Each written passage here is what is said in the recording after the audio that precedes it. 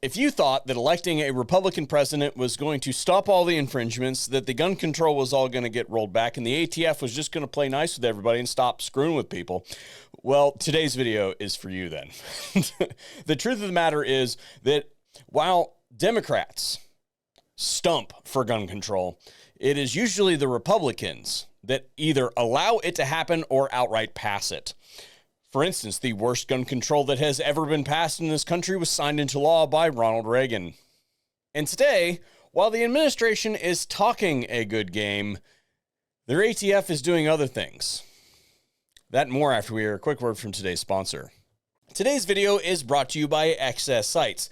This is a company that I have been working with for a long period of time. I think that they are probably the longest running sponsor of the channel, and I greatly appreciate them supporting the mission here at VSO Gun Channel. They are my chosen defensive sight. Doesn't matter whether we're talking rifle, shotgun, or pistol. They've got an offering out there. And I wanted to bring to your guys' attention today that they have a Labor Day sale going on. Tritium night sights can be expensive. So I usually advocate that folks stock up during the sale months and when they've got holiday sales like this going on. This sale runs through the 8th of September. Go get it. And special thanks to XS for making today's video possible. I would sit here and stump for you being politically active to correct this issue. However, I've got some truths real quick. Over 10 million gun owners are not registered to vote. Those that are registered to vote are very disenfranchised right now with the administration, the legislature, and the Republican Party in general, because we are sick and tired of being backstabbed, being told one thing, and then when they have an opportunity to do that thing, they don't do that thing for whatever excuse it is that they have, like they recently did with the big bloated backstab bill. They had an opportunity to completely deregulate suppressors, short barrel rifles, short barrel shotguns, AOWs, and all that sort of stuff, and they basically spat in our face. Oh, you almost had it.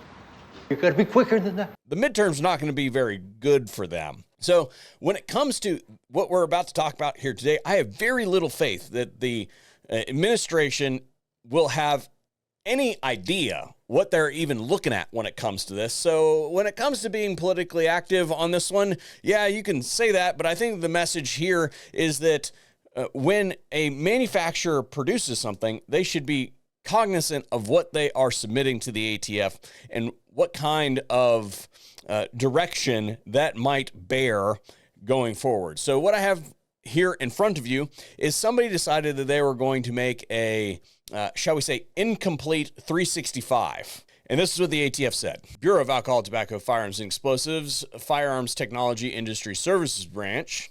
Dear person that should not be asking the ATF for permission. This is in response to your correspondence to the Bureau of Alcohol, Tobacco, Firearms, and Explosives, Firearms Technology Industry Services Branch, which accompanied your submission of a sample.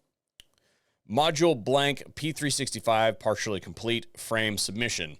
Specifically, you requested an evaluation and determination of the submitted samples under the Gun Control Act of 1968 and its implementing regulations. Here is the photo that you guys have seen previously.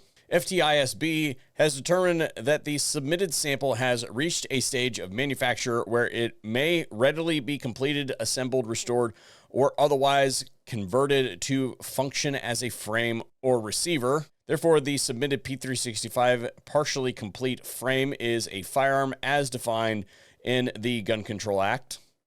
Please note this classification only applies to the sample itself, precisely as submitted. First thing I would say is, if you are not a firearms manufacturer, do not do this. Do not ask the ATF if that thing is a thing. We've seen this time and time again. Do not ask the ATF. If you think that you want to ask the ATF a question, then you need to go hire an attorney and have them ask the ATF if that thing is a thing. If you think that that's too expensive or that that's unnecessary, then do not ask that thing. General rule of thumb. If you're unwilling to hire an attorney and pay for the attorney to do it, then do not do this thing. Since this has been submitted, I have since received some information that this was done on the behalf of a company from an individual. Still don't feel great about it, but do not ask the ATF whether this thing is this thing, because while it says, please note this classification only applies to samples itself precisely as submitted, we know that that is a bunch of bullshit, and that they will use those determination letters as though they have written law. See pistol braces. Now, I need to be fair for a second, and I'm going to try to do this without speaking out of turn and revealing particular information. This device was allegedly submitted years ago to the ATF under the Biden administration. And if you remember, the Biden administration did a whole bunch of stupid crap as it relates to these types of products. So I could very feasibly see a manufacturer being like, y'all just changed a whole bunch of rules on these things. What does that actually mean? Here's a sample. Okay, I will cut some slack to these particular folks for that specific reason. And that also thickens the plot a little bit, because we know that devices specifically like this for other analogous parts to other types of firearms or other firearms models have been approved by Biden's ATF. June 18th, 2025, 6 months into Donald Trump's presidency. So this wasn't just filed away somewhere. So this is Pam Bondi's DOJ, Mr. Driscoll's ATF, and Donald Trump's lackeys fucking around again.